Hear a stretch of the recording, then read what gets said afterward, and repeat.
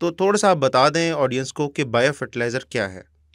Bio fertiliser चूँकि लफ्ज़ bio है, बायो का मतलब है ज़िंदा चीज़।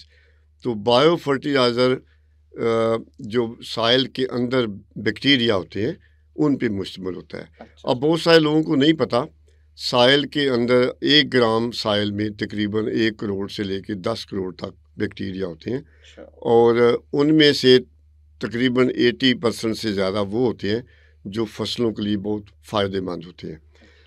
हम जब बैक्टीरिया का लफ्ज़ सुनते हैं ना, तो फ़ौरी तौर पे हमारे ज़हन में आता है कि जरासीम। शायद ये हाँ, जरासीम है। बिल्कुल। तो हकीकत में ऐसा नहीं होता, सारे बैक्टीरिया ऐसे नहीं होते। मैं इसकी एक मिसाल दूँगा कि जो एक आम मक्खी है घरों में जो आती है, वो बिल्कुल, बीमारी फैलाती है। बिल्कुल, उसके मुकाबले में एक मक्खी है जिसको हम शहद की मक्खी कहते हैं, बिल्कुल। जो कि एक इतनी अच्छी चीज़ प्रोड्यूस करती है।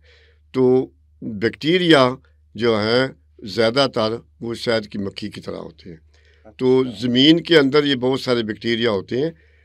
अब मसला ये होता है कि जब ज़मीन में ज़्यादा कभी गर्मी आ गई, कभी सर्दी आ गई या कभी काफ़ी देर तक बारिश नहीं हुई, तो पानी की कमी आ गई, तो ये बहुत सारे बैक्टीरिया जो है वो मर जाते हैं।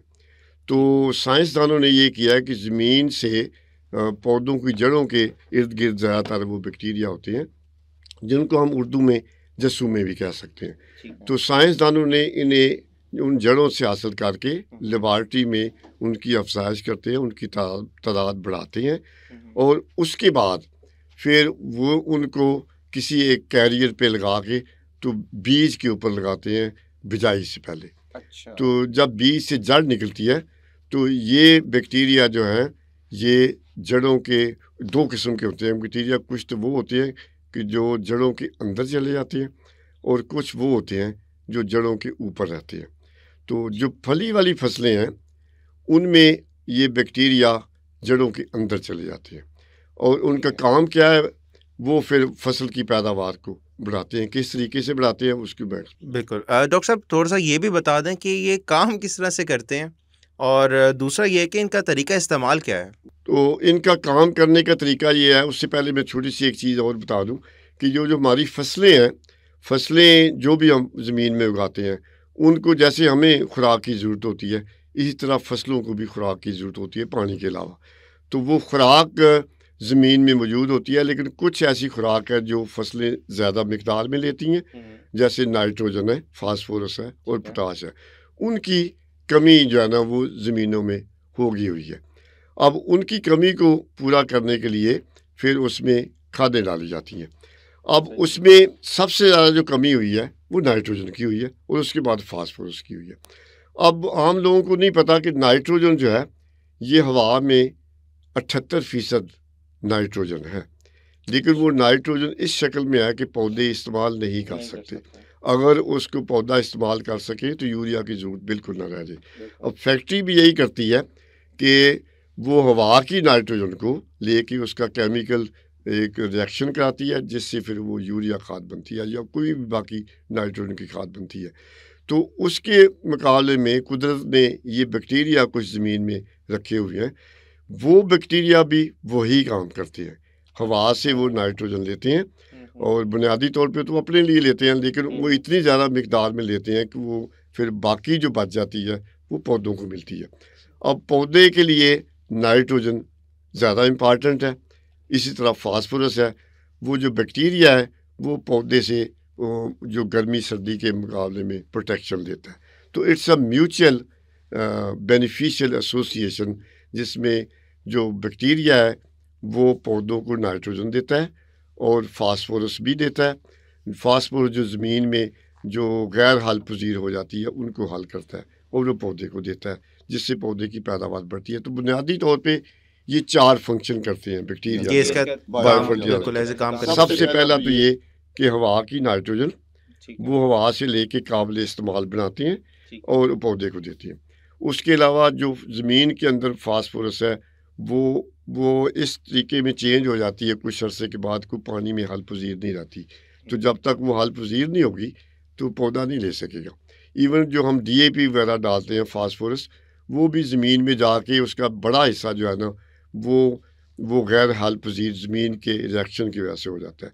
तो ये बैक्टीरिया उसको उस शक्ल में लाते हैं कि जो फिर पानी में हल हो जाती है और पौधा उसको इस्तेमाल करता है। तो बुनियादी तौर पे 2 फंक्शन तो ये हो गए, नाइट्रोजन देते हैं, फास्फोरस देते हैं। तीसरा जो काम ये है कि ये ग्रोथ हार्मोन वो सीक्रेट करते हैं। ग्रोथ हार्मोन वो चीज़ें हैं कि जो पौधों की जड़ों को की नशो नुमा को तेज़ी से बढ़ाती हैं सही। और पौधों के तनों को भी तेज़ी से बढ़ाती हैं। तो ये सारे बैक्टीरिया ग्रोथ हार्मोन सीक्रेट करते हैं, जिससे पौधे की नशो नुमा बढ़ जाती है। रूट जो होती है, जो उसकी जड़ है, वो ज़्यादा फैलती है। अब वो ज़्यादा फैलेगी तो ज़्यादा मिकदार में पानी भी लेगी, बाकी खुराक भी लेगी, तो पौधा जानदार सेहतमंद हो जाता है। चौथा जो फंक्शन है इन बैक्टीरिया का, वो ये है कि वो चूँकि जड़ों के ऊपर जमा हो जाते हैं सारे, तो वो वाले जो है ना बैक्टीरिया जो जड़ों की बीमारियां पैदा करते हैं, वो उनसे ये पौधों को बचा देते हैं। तो बुनियादी तौर पे ये 4 फंक्शन होते हैं, जिससे और इसके नतीजे में पौधे सेहतमंद होते हैं और पैदावार। ठीक है डॉक्टर साहब, आपने ये इसका तरीक़ाकार काम करने का तरीका जो है इसका, वो आपने बड़े अच्छे से एक्सप्लेन किया। थोड़ा-सा ये भी बता दें कि अगर किसी ने इसको इस्तेमाल करना हो तो इसके इस्तेमाल का तरीक़ाकार क्या है और किस मिक़दार में इस्तेमाल करना चाहिए? अच्छा, इसका तरीका इस्तेमाल ये 2 किस्म का होता है। पाकिस्तान में तो हम एक ही किस्म का ज़्यादातर इस्तेमाल करते हैं। वो ये है कि जब बैक्टीरिया हम लेबॉरेटरी में तैयार कर लेते हैं, उनकी तादाद बढ़ा लेते हैं, तो वो उसकी खुराक होती है जो महलूल की शक्ल में, लिक्विड की शक्ल में होती है। तो ठीक। उसके अंदर बैक्टीरिया होते हैं, जिसके 1 मिलीलीटर में कोई 10 करोड़ के बराबर बैक्टीरिया होते हैं। अब तरीका ये है कि उनको बैक्टीरिया को हमने फसल की जड़ के करीब पहुँचाना है। तो उसके लिए ज़्यादातर जो बायो फर्टिलाइज़र है, उनके लिए कुछ कैरियर ढूंढा जाता है। तो जो हम NARC में बनाते हैं, उसमें भी एक कैरियर है जो पहाड़ों से हम मिट्टी लेके आते हैं, जिसमें नामियाती मादा है, उसमें कुछ चिकनी मिट्टी है, जिसके ऊपर बैक्टीरिया अपने आप को अटैच कर देता है। तो उसको हम बारीक पीस के तो लिक्विड कल्चर उसके ऊपर मिक्स कर देते हैं और उसके बाद उनको पैकेटों में बंद कर देते हैं। अब उसके बाद तरीका ये होता है कि जी, जब भी हमने फसल की काश्त करनी है, तो हम ज़मींदार को कहते हैं कि फसल के बीज के ऊपर इसको लगाएं। अच्छा। वो चूँकि पाउडर की शक्ल में होता है, तो बड़ा आसान सा तरीका ये होता है कि बीज को पहले हम कहते हैं ज़मींदार को, काश्तकार को, कि बीज को शुगर सॉल्यूशन के साथ उसको गीला कर लें। 1 गिलास में 3 चम्मच चीनी डाल के उसका महलूल बना लें और उसके बाद बीज के ऊपर उसको फैला दें और उसको हिला दें बीज को।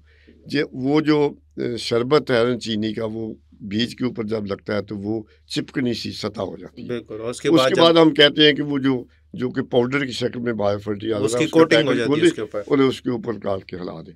तो वो एक बीज के ऊपर हमने जो कैलकुलेशंस की हैं, एक बीज के ऊपर तकरीबन 10,000 से 1 लाख तक बैक्टीरिया चले जाते हैं। तो अब जैसे ही उसमें से जड़ निकलती है, तो कुछ तो जड़ों के अंदर चले जाते हैं, बाकी जड़ों के ऊपर आते हैं और अपना काम करते जाते हैं। एक दूसरा तरीका भी है, वो ये है कि लिक्विड शक्ल में भी डाला जा सकता है, लेकिन वो महंगा है, वो बाहर के मुल्कों इस्तेमाल करते हैं।